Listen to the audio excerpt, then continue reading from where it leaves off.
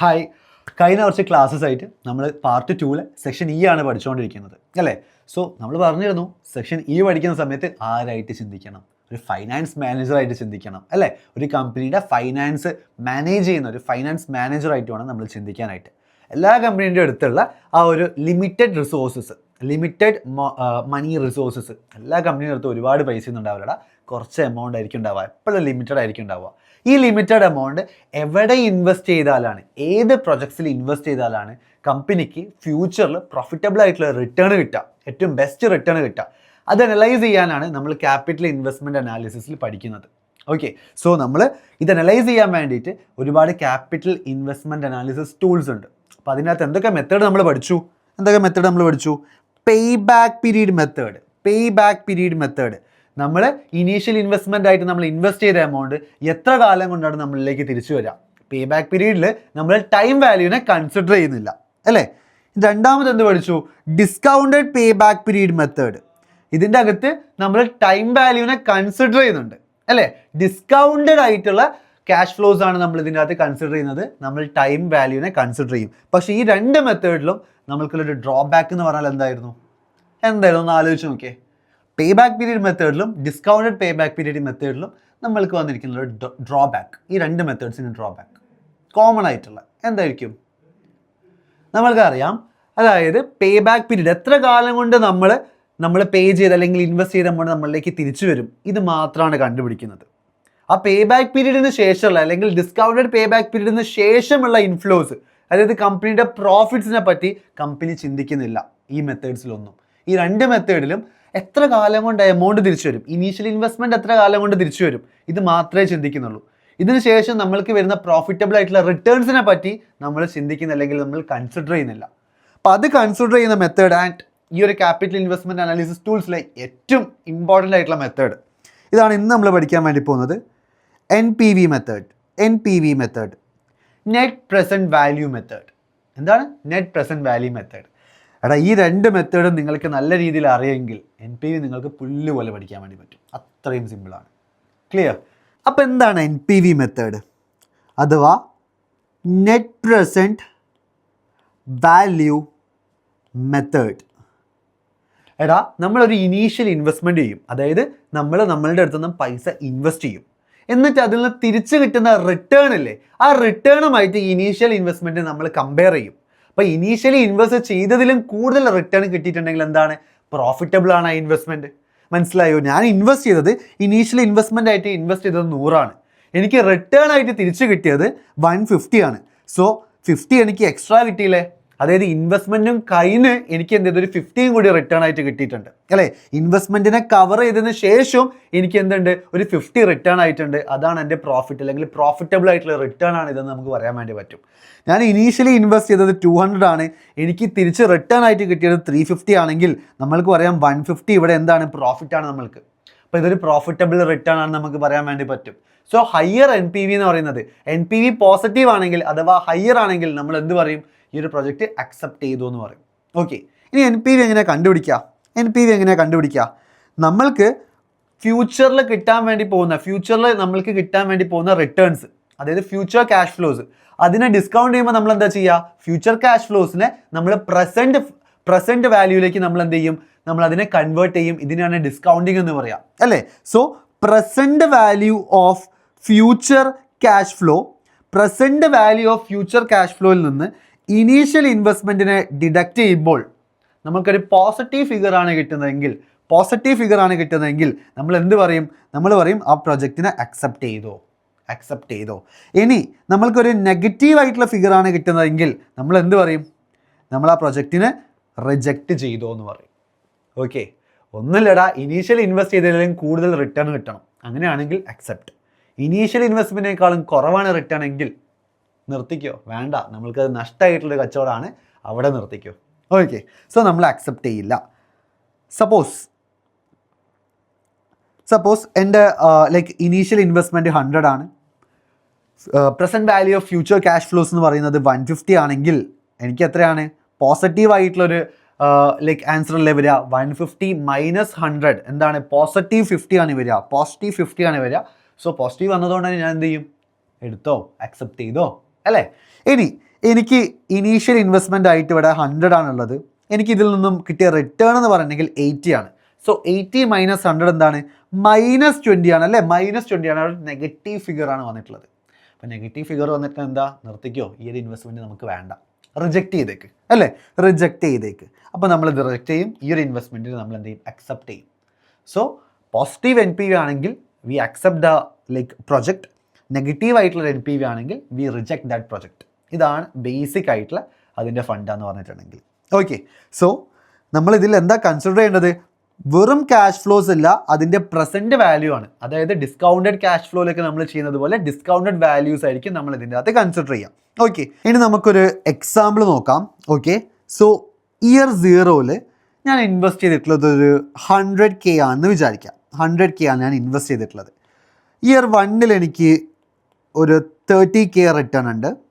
Year 2-ൽ എനിക്കൊരു 50K return ഉണ്ട്. Year 3-ലും എനിക്കൊരു 50K റിട്ടേൺ ഉണ്ട്. ഇയർ 4-ൽ എനിക്കൊരു 40K റിട്ടേൺ ഉണ്ട്. And my cost of capital എന്ന് പറയുന്നത് 10% ആണെന്ന് വിചാരിക്കാം. കോസ്റ്റ് ഓഫ് ക്യാപിറ്റൽ എന്ന് പറയുന്നത് 10% ആണെന്ന് വിചാരിക്കുക. അങ്ങനെയാണെങ്കിൽ എൻ്റെ NPV എത്രയാണ്? NPV എത്രയാണ്? അപ്പം NPV എത്രയാണെന്ന് നമ്മളതിനെ കണ്ടുപിടിക്കുക. Present value of future cash flow minus initial investment അല്ലേ? ഇവിടെ ഇനീഷ്യൽ ഇൻവെസ്റ്റ്മെൻറ്റ് എത്രയാണ്? 100K ആണ് അല്ലേ? സോ നമുക്ക് എന്ത് ചെയ്യാം? നമുക്ക് ഓരോ വർഷത്തിൻ്റെയും ഓരോ വർഷം ഇയർ 1-ൽ 30,000 ഉണ്ട്, ഇയർ 2-ൽ 50,000 ഉണ്ട്, ഇയർ 3-ൽ 50,000 ഉണ്ട്, ഇയർ 4-ൽ 40,000 ഉണ്ട്. ഈ ഓരോ ഫ്യൂച്ചറിലുള്ള ക്യാഷ് ഫ്ലോസിലത് ഇതിൻ്റെ പ്രസൻറ്റ് വാല്യൂ നമുക്ക് എന്ത് ചെയ്യാം? കണ്ടുപിടിക്കാം, അഥവാ ഡിസ്കൗണ്ട് ചെയ്യാം. ഓക്കെ, സോ ഈ ഒരു ക്വസ്റ്റ്യനിൽ നമുക്ക് എഴുതി തന്നെ കണ്ടുപിടിക്കാം. നെക്സ്റ്റ് ക്വസ്റ്റ്യനിൽ നമുക്ക് കാൽക്കുലേറ്റർ മാത്രം യൂസ് ചെയ്ത് കണ്ടുപിടിക്കാം. ഓക്കെ, എന്താണ് ഡിസ്കൗണ്ട് ചെയ്യാനുള്ള equation? Present value is equal to future cash flow അഥവാ future value divided by 1+r⁻n. ഈ ഇക്വേഷൻ എങ്ങനെ ഫോം ചെയ്യാന്നുള്ളതൊക്കെ നമ്മൾ മുന്നേ ഉള്ള ക്ലാസ്സസിൽ ഡിസ്കസ് ചെയ്തിട്ടുള്ളതാണ് അല്ലേ? സോ നമുക്ക് എന്ത് ചെയ്യാം? ഈ ഒരു ഇക്വേഷൻ യൂസ് ചെയ്തിട്ട് പ്രസൻറ്റ് വാല്യൂസ് കണ്ടുപിടിക്കാം. അപ്പോൾ ഫ്യൂച്ചർ വാല്യൂ എത്രയാണ്? ഒരു വർഷം കഴിഞ്ഞിട്ട് നമുക്ക് കിട്ടുന്നത് 30,000. അതാണ് നമ്മളുടെ future value. So 30,000 divided by 1+r. 1+r എന്ന് പറഞ്ഞാൽ എത്രയാണ്? റേറ്റ്. ഇവിടെ എത്രയാണ് റേറ്റ്? 10% ആണ്. ഡെസിമലിലേക്ക് ആക്കിയിട്ടുണ്ടെങ്കിൽ 0.1 റേസ് ടു എത്ര വർഷമാടാ? ഒരു വർഷം. സിഗൽ ടു എത്ര കിട്ടും? 30,000 divided by 1.1 is equal to 27272 അല്ലേ? അല്ലെങ്കിൽ നമുക്ക് 27273 എന്ന് കൊടുക്കാൻ വേണ്ടി പറ്റും, കാരണം 0.7 വരുന്നത്. സോ ഒരു വർഷം കയ്യിന് കിട്ടുന്ന 30,000-ന് ഇന്നത്തെ എത്ര രൂപയുടെ അല്ലെങ്കിൽ എത്ര ഡോളറിൻ്റെ വാല്യൂ ഉള്ളൂ? 27,273 റുപ്പീസിൻ്റെ വാല്യൂവേ ഉള്ളൂ. ഓക്കെ, അപ്പം അതാണ് ടൈം വാല്യൂ ഓഫ് മണി എന്ന് പറഞ്ഞെങ്കിൽ കാലം കഴിയുന്നതനുസരിച്ച് നമ്മളുടെ പൈസയുടെ അല്ലെങ്കിൽ മണീൻ്റെ വാല്യൂ കുറഞ്ഞുകൊണ്ടേ വരും. ഓക്കെ, ഇനി നോക്കുക, നെക്സ്റ്റ് ഇയർ നോക്കുക. 50,000 ഡിവൈഡഡ് ബൈ 1.1 റേസ് ടു എത്ര വർഷമാടാ? എത്ര വർഷം? 2 വർഷം അല്ലേ? So raise to 2. 50,000 divided by 1.1 2 വർഷം അല്ലേ? സോ 2 തവണ ഈക്വൽ ടു അടിക്കുക. ഈക്വൽ ടു സോ 41322 അതായത് 2 വർഷം കഴിഞ്ഞ് നമ്മൾക്ക് കിട്ടുന്ന 50,000-ന് ഇന്നത്തെ എത്ര രൂപയുടെ വാല്യൂ ഉള്ളൂ? 41,322 രൂപയുടെ വാല്യൂ ഉള്ളൂ. ഓക്കെ, അല്ലെങ്കിൽ ഡോളർ ആണെങ്കിൽ ഡോളറിൻ്റെ വാല്യൂ ഉള്ളൂ. ഇനി അടുത്തത് 50,000 ഡിവൈഡഡ് ബൈ 1.1 റേസ് ടു 3 അല്ലെങ്കിൽ ഞാൻ ഒരു ഈക്വൽ ടു കൂടി ഇവിടെ പ്രസ് ചെയ്താൽ മതി. എനിക്ക് എത്ര കിട്ടും? 37,566 എന്ന് കിട്ടും. 37,566. അതായത് 3 വർഷം കഴിഞ്ഞ് കിട്ടുന്ന 50,000-ന് ഇന്നത്തെ എത്ര രൂപയുടെ വാല്യൂ ഉള്ളൂ? 37,566 രൂപയുടെ വാല്യൂ ഉള്ളൂ. ക്ലിയർ ആണോ? ഈ ലാസ്റ്റ് ഇയറിനെ നോക്കാം. 40,000 ഡിവൈഡഡ് ബൈ 1.1 റേസ് ടു എത്ര വർഷം? 4 വർഷം. സോ 40,000 ഡിവൈഡഡ് ബൈ 1.1 4 തവണ ഈക്വൽ ടു അടിക്കുക. 1 2 3 4 എത്ര കിട്ടി? 27,321 എന്ന് കിട്ടും. 27,321 എന്ന് കിട്ടും. അപ്പം ആലോചിച്ച് നോക്കുക, 4 വർഷം കഴിഞ്ഞ് കിട്ടുന്ന 40,000-ന് ഇന്നത്തെ 27,321 രൂപയുടെ വാല്യൂവേ ഉള്ളൂ. സോ നമ്മൾക്ക് എന്ത് കിട്ടി? Present value of future cash flows കിട്ടി. ഇതാണ്. അപ്പോൾ ഇതെല്ലാം കൂടി നമ്മളൊന്ന് ടോട്ടൽ ചെയ്താൽ നമുക്ക് എത്ര കിട്ടും? ഇതെല്ലാം കൂടി ടോട്ടൽ ചെയ്താൽ എത്ര കിട്ടും? +37,566 plus 41322 plus 27273 is equal to 133482 എന്ന് കിട്ടും. 133482, അതായത് 1,33,482. ഇതാണ് എന്ത്? Present value of future cash flow. Future cash flow ഇതാണ് ഫ്യൂച്ചറിലുള്ള ക്യാഷ് ഫ്ലോസ്. ഏതാണ് ഫ്യൂച്ചറിലുള്ള ക്യാഷ് ഫ്ലോസ്? ഇത് അതിൻ്റെ പ്രസൻറ്റ് വാല്യൂയിലേക്ക് കൺവേർട്ട് എഴുതി അല്ലെങ്കിൽ ഡിസ്കൗണ്ട് ചെയ്ത എമൗണ്ട്സ്. ഇതാണ് present value of future cash flows. അതിന് നമ്മൾ ടോട്ടൽ ചെയ്തു. അതെന്തായിരിക്കണം? അതേ മൈനസ് ഇനീഷ്യൽ ഇൻവെസ്റ്റ്മെൻറ്റ്. നമ്മൾക്കൊരു പോസിറ്റീവ് ഫിഗർ കിട്ടണം. ഇവിടെ ഇനീഷ്യൽ ഇൻവെസ്റ്റ്മെൻറ്റ് എന്ന് പറയുന്നത് എത്രയാണ്? 100K ആണ്. 100K ആണ്. സോ 33482, 33,482 ഒരു പോസിറ്റീവ് ഫിഗർ കിട്ടി.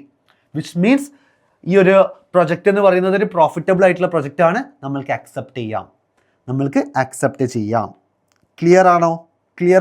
ഇനി ഇത്രയും വലിയ ടാസ്ക് ഒന്നുമില്ല. ഇത് നമുക്ക് വെറും കാൽക്കുലേറ്ററിൽ M+ഉം M-ഉം MRCയും മാത്രം യൂസ് ചെയ്ത് കണ്ടുപിടിക്കാനായിട്ട് പറ്റും. ക്ലിയർ? അപ്പോൾ നമുക്ക് നോക്കാം. ഇതിൽ കാൽക്കുലേറ്റർ മാത്രമാണ് യൂസ് ചെയ്യുക. നമ്മൾ 150K ആണ് നമ്മൾ ഇനീഷ്യലി ഇൻവെസ്റ്റ് ചെയ്തിട്ടുള്ളത്. ഓക്കെ, ആൻഡ് ഇയർ 1 എൻ്റെ റിട്ടേൺ എന്ന് പറഞ്ഞിട്ടുണ്ടെങ്കിൽ ഒരു 50K ആണ്. ഇയർ 2 എനിക്കൊരു 60K റിട്ടേൺ ഉണ്ട്. ഇയർ 3 എനിക്കൊരു 30K റിട്ടേൺ ഉണ്ട്. ഇയർ 4 എനിക്കൊരു 20K റിട്ടേണും ഉണ്ട്.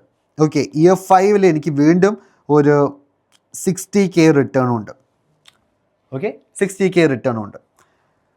ആൻഡ് ഇയർ 6 കൂടി കൊടുക്കാം. ഇയർ 6 എനിക്കൊരു 50K കൂടി റിട്ടേൺ ഉണ്ട്. And my cost of capital is equal to 10 അല്ലെങ്കിൽ 12%. NPV എന്താണ്? NPV എത്രയാണ്? അപ്പോൾ ഇതിനെ കണ്ടുപിടിക്കുക. എല്ലാവരും കാൽക്കുലേറ്റർ എടുക്കുക. 50,000 ഡിവൈഡഡ് ബൈ 1 + 12% അല്ലെങ്കിൽ 1 + 0.12 അഥവാ 1.12. So 50,000 divided by 1.12. Okay, raise to എത്ര വർഷം? 1 വർഷമല്ലേ? സോ ഈക്വൽ ടു M+ ഇട്ട് വെച്ചു. ഇനി അപ്പം ഞാൻ എന്ത് ചെയ്തു? ഇത് ടിക്ക് ചെയ്തു. ഇങ്ങനെയൊന്നും ചെയ്യണമെന്നില്ല, ഞാൻ നിങ്ങൾക്ക് മനസ്സിലാൻ വേണ്ടിയിട്ട് ഈ ഫസ്റ്റ് ഇയറിന് നമ്മൾ ഡിസ്കൗണ്ട് ചെയ്തു, നമ്മൾ M+ ഇട്ട് വെച്ചു. ഇനി 60,000 ഡിവൈഡഡ് ബൈ 1.12 2 തവണ ഈക്വൽ ടു അടിക്കുക. കാരണം 2 ഇയേഴ്സ് അല്ലേ. ഈക്വൽ ടു അതും M+ ഇട്ട് വെച്ചു. ഇനി മൂന്നാമത്തത് 30,000 ഡിവൈഡഡ് ബൈ 1.12. ഓക്കെ, എത്ര തവണ ഈക്വൽ ടു അടിക്കണം? 3 ഇയേഴ്സ് അല്ലേ. സോ 3 തവണ ഈക്വൽ ടു അടിക്കണം. 1, 2, 3 M+ ഇട്ട് വെച്ചു. ഇനി നാലാമത്തെ വർഷം 20,000 അല്ലേ. 20,000 ഡിവൈഡഡ് ബൈ 1.12 എത്ര തവണ ഈക്വൽ ടു അടിക്കണം? 4 വർഷമല്ലേ. സോ 4 തവണ ഈക്വൽ ടു അടിക്കണം. 1, 2, 3, 4 M+ ഇട്ട് വെച്ചു. ഓക്കെ, ഇനി അഞ്ചാമത്തെ ഇയറിൽ 60,000 ഡിവൈഡഡ് ബൈ 1.12 5 തവണ ഈക്വൽ ടു അടിക്കുക. 1, 2, 3, 4, 5 M+ ഇട്ട് വെച്ചു. ഇനി ലാസ്റ്റ് 50,000 ഡിവൈഡഡ് ബൈ 1.12 എത്ര തവണ ഈക്വൽ ടു അടിക്കണം? 6 തവണ ഈക്വൽ ടു അടിക്കണം. 1, 2, 3, 4, 5, 6 M+ ഇട്ട് വെച്ചു. എന്നിട്ട് MRC അടിക്കുമ്പോൾ നമ്മൾക്ക് എന്ത് കിട്ടും? Present value of future cash flows കിട്ടും. എത്രയാണത്? 1,85,915 1,85,915 ആണ്. ഇതിൽ നിന്നും ഇനീഷ്യൽ ഇൻവെസ്റ്റ്മെൻറ്റ് മൈനസ് ചെയ്താൽ നമ്മൾക്ക് എന്ത് കിട്ടും? NPV കിട്ടും. നമ്മളുടെ ഇനീഷ്യൽ ഇൻവെസ്റ്റ്മെൻറ്റ് എത്രയാണ്? നമ്മളുടെ ഇനീഷ്യൽ ഇൻവെസ്റ്റ്മെൻറ്റ് 150K ആണ്. സോ നമ്മൾക്ക് ബാക്കി എത്ര ഉണ്ട്? 35,915 അല്ലേ. 35,915 നമുക്ക് പോസിറ്റീവ് കിട്ടും. Which means we can accept this project. Clear ആണോ? നെക്സ്റ്റ് ഒരു ക്വസ്റ്റ്യൻ കൂടി നോക്കാം. നമ്മളുടെ ഇനീഷ്യൽ ഇൻവെസ്റ്റ്മെൻറ്റ് എന്ന് പറയുന്നത് ഒരു 50K ആണെന്ന് വിചാരിക്കുക. ഇയർ 1 എൻ്റെ റിട്ടേൺ ഒരു 15K ആണ്. ഇയർ 2 എൻ്റെ റിട്ടേൺ ഒരു 20K ആണ്. ഇയർ 3 എൻ്റെ റിട്ടേൺ എന്ന് പറഞ്ഞിട്ടുണ്ടെങ്കിൽ വീണ്ടും ഒരു 15K ആണ്. ഇയർ 4 ഒരു 10K ആണ്. And my cost of capital എന്ന് പറയുന്നത് 15% ആണ് NPV എത്രയാണ്. ഓക്കെ, നമുക്ക് നേരെ ചെയ്ത് നോക്കാം. ഓക്കെ, സോ 15,000 ഇയർ 1ൻ്റെ എടുക്കുക. 15,000 ഡിവൈഡഡ് ബൈ 1 പ്ലസ് 0.15 അഥവാ 1.15 എത്ര ഇയേഴ്സാ? ഇയർ 1 അല്ലേ, സോ ഒരു ഇയർ ഒരു തവണ ഈക്വൽ ടു എടുക്കുക. അപ്പം നമുക്ക് 13,043 എന്ന് കിട്ടും. M+2 വെക്കാം. ഓക്കെ, അപ്പോൾ നമ്മൾ ഇയർ 1ൻ്റെ ഡിസ്കൗണ്ട് ചെയ്തു, M+2. ഇനി 20,000 ഡിവൈഡഡ് ബൈ 1.15 രണ്ട് തവണ ഈക്വൽ ടു അടിക്കാം. 15,122 എന്ന് കിട്ടും. M+2 വെക്കുക. ഇപ്പോൾ രണ്ടാമത്തെ വർഷത്തിൻ്റെ നമ്മൾ എന്ത് ചെയ്തു?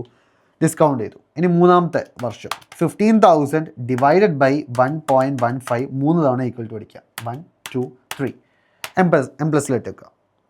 ഇനി നാലാമത്തെ വർഷം 10,000 ഡിവൈഡഡ് ബൈ 1.15 എത്ര തവണ ഈക്വൽ ടു അടിക്കണം? 4 തവണ ഈക്വൽ ടു അടിക്കണം. 1, 2, 3, 4. ഓക്കെ, അതും M+2 വെച്ചു. MRC അടിക്കുമ്പോൾ എനിക്ക് ടോട്ടൽ എത്രയാണ് കിട്ടുന്നത്? Present value of future cash flows എത്രയാണ് കിട്ടുന്നത്? 43,746 അഥവാ 47. 43,747 ആണ് എനിക്ക് എന്ത് കിട്ടുന്നത്? Present value of future cash flows കിട്ടുന്നത്. മൈനസ് ഇനീഷ്യൽ ഇൻവെസ്റ്റ്മെൻറ്റ് ചെയ്യുമ്പോൾ നമുക്ക് NPV കിട്ടും. മൈനസ് ഇനീഷ്യൽ ഇൻവെസ്റ്റ്മെൻറ്റ് എന്ന് പറയുന്നത് 50,000 ആണ്. So 43,747 minus 50,000 is equal to എത്ര കിട്ടുക? 6,253 മൈനസ് 6,253. ദാറ്റ് മീൻസ് NPV എന്താണ്? നെഗറ്റീവാണ്. ഈ പ്രൊജക്റ്റ് നമ്മൾ അക്സെപ്റ്റ് ചെയ്യോ? ഇല്ല, അക്സെപ്റ്റ് ചെയ്യില്ല. സോ ഇവിടെ നമ്മൾ മനസ്സിലാക്കേണ്ടത് എന്താണ്? ഒരു പ്രൊജക്റ്റിന് പോസിറ്റീവ് NPV വരുന്നുണ്ടെങ്കിൽ അക്സെപ്റ്റ് ദാറ്റ് പ്രൊജക്റ്റ്. ഒരു പ്രൊജക്റ്റിന് നെഗറ്റീവായിട്ടുള്ളൊരു NPV ആണ് വരുന്നതെങ്കിൽ reject that project. Okay, so ഈ ഒരു മെത്തേഡിൻ്റെ അഡ്വാൻറ്റേജ് എന്തൊക്കെയായിരിക്കും? നമ്മൾക്കറിയാം, ഇതിൻ്റെ അകത്ത് ടൈം വാല്യൂ ഓഫ് മണീനെ കൺസിഡർ ചെയ്യുന്നുണ്ട്. നമ്മൾ ഫ്യൂച്ചറിലുള്ള ക്യാഷ് ഫ്ലോസിനെ ഡിസ്കൗണ്ട് ചെയ്യുന്നുണ്ട്. ഡിസ്കൗണ്ടഡ് പേ ബാക്ക് പീരീഡ് മെത്തേഡിലും NPV മെത്തേഡിലും നമ്മൾ ടൈം വാല്യൂ ഓഫ് മണീനെ കൺസിഡർ ചെയ്യുന്നുണ്ട്. ദെൻ എക്സാക്റ്റ് ഒരു എമൗണ്ട് ആണ് നമ്മൾക്ക് ആൻസർ ആയിട്ട് കിട്ടുന്നത്, അല്ലേ? ഇവിടെയൊക്കെ നമുക്കൊരു എമൗണ്ട് ആണ്. ഒരു പ്രോഫിറ്റബിൾ ആയിട്ട് നമ്മൾക്ക് എത്ര റിട്ടേൺ കിട്ടാം, കറക്റ്റ് ഒരു എമൗണ്ട് നമുക്ക് എന്തുണ്ട്? കിട്ടുന്നുണ്ട്. Then discounted pay back period മെത്തേഡിൽ നമ്മളൊരു കാര്യം പറഞ്ഞിരുന്നു. എന്തായിരുന്നു പറഞ്ഞത്? ഡിസ്കൗണ്ടഡ് പേ ബാക്ക് പീരീഡ് മെത്തേഡിൽ പേ ബാക്ക് പീരീഡ് കഴിഞ്ഞിട്ടുണ്ടെങ്കിൽ ബാക്കിയുള്ള ക്യാഷ് ഫ്ലോസ് നമ്മൾ കൺസിഡർ ചെയ്യാറില്ല. ആ ഒരു പ്രോഫിറ്റബിൾ ആയിട്ടുള്ള പോർഷൻ നമ്മൾ കൺസിഡർ ചെയ്യാറില്ല. എത്ര വർഷം കൊണ്ടാണോ ഞാൻ ഇൻവെസ്റ്റ് ചെയ്ത എമൗണ്ട് എന്നിലേക്ക് തിരിച്ചു വരുന്നതെന്ന് മാത്രമേ ഞാൻ നോക്കുന്നുള്ളൂ. അതിൻ്റെ അപ്പുറത്തേക്കുള്ള ബാക്കി ക്യാഷ് ഫ്ലോസ് ഞാൻ എന്ത് ചെയ്യുന്നില്ല? കൺസിഡർ ചെയ്യുന്നില്ല. പക്ഷേ ഇവിടെ ഒരു ഇൻവെസ്റ്റ്മെൻറ്റിൻ്റെ ഫുള്ളായിട്ട് ഒരു ഇൻവെസ്റ്റ്മെൻറ്റിൻ്റെ മുഴുവൻ ലൈഫെത്തിയും ക്യാഷ് ഫ്ലോസ് നമ്മൾ കൺസിഡർ ചെയ്യുന്നുണ്ട്, അല്ലേ? ഇയർ 4ൻ്റെ ക്യാഷ് ഫ്ലോ വരെ കൺസിഡർ ചെയ്യുന്നുണ്ട്. തൊട്ട് മുന്നത്തെ ക്വസ്റ്റൻ ആണെങ്കിൽ ഇയർ 6ൻ്റെ ക്യാഷ് ഫ്ലോ വരെ നമ്മൾ എന്ത് ചെയ്യുന്നു? കൺസിഡർ ചെയ്യുന്നുണ്ട്. ഭാവിയിൽ നമ്മൾക്ക് വരാൻ ചാൻസ് ഉള്ള എല്ലാ ക്യാഷ് ഫ്ലോസിൻ്റെയും പ്രസൻറ്റ് വാല്യൂയിലേക്ക് കൺവേർട്ട് ചെയ്തിട്ട് നമ്മൾ എന്ത് ചെയ്യുന്നുണ്ട്? കൺസിഡർ ചെയ്യുന്നുണ്ട്, അല്ലേ? നമ്മൾ ടൈം വാല്യൂ കൺസിഡർ ചെയ്യുന്നുണ്ട്. നമ്മൾ ആ ഒരു ഇൻവെസ്റ്റ്മെൻറ്റിൻ്റെ ഫുൾ ലൈഫിലുള്ള ക്യാഷ് ഫ്ലോസിനെയും നമ്മൾ കൺസിഡർ ചെയ്യുന്നുണ്ട്, അല്ലേ? ഇതിൻ്റെ ഏറ്റവും വലിയൊരു അഡ്വാൻറ്റേജ് ആണ്. ആൻഡ് മ്യൂച്വലി എക്സ്ക്ലൂസീവ് ആയിട്ടുള്ള പ്രൊജക്ട്സ് വരുമ്പോൾ നമുക്ക് ചൂസ് ചെയ്യാനായിട്ട് NPV ഏറ്റവും ഹയർ ആയിട്ടുള്ള പ്രൊജക്റ്റ് ആയിരിക്കും നമ്മൾ ചൂസ് ചെയ്യുക. സോ മ്യൂച്വലി എക്സ്ക്ലൂസീവ് ആയിട്ടുള്ള പ്രൊജക്റ്റ്, അതായത് ഒരു പ്രൊജക്റ്റ് എടുക്കുന്നുണ്ടെങ്കിൽ മറ്റേ പ്രൊജക്റ്റിനെ എഫക്റ്റ് ചെയ്യുന്നുണ്ട്. ഓക്കെ, ഒരു പ്രൊജക്റ്റ് എടുക്കുന്നുണ്ടെങ്കിൽ മറ്റേ പ്രൊജക്റ്റ് നമ്മൾ എന്ത് ചെയ്യേണ്ടി വരും? റിജക്റ്റ് ചെയ്യേണ്ടി വരും. ഏതെങ്കിലും ഒന്നേ എടുക്കാൻ വേണ്ടി പറ്റുള്ളൂ. അത്തരം സന്ദർഭങ്ങളിൽ NPV നമുക്ക് യൂസ് ചെയ്യാൻ വേണ്ടി പറ്റും. ഹയർ NPV ഉള്ള പ്രൊജക്ട്സ് ആയിരിക്കും നമ്മൾ ചൂസ് ചെയ്യുക. ഓക്കെ, സോ നെക്സ്റ്റ് ക്ലാസ്സിൽ നമുക്ക് IRRനെ പറ്റി ഡിസ്കസ് ചെയ്യാം. So by.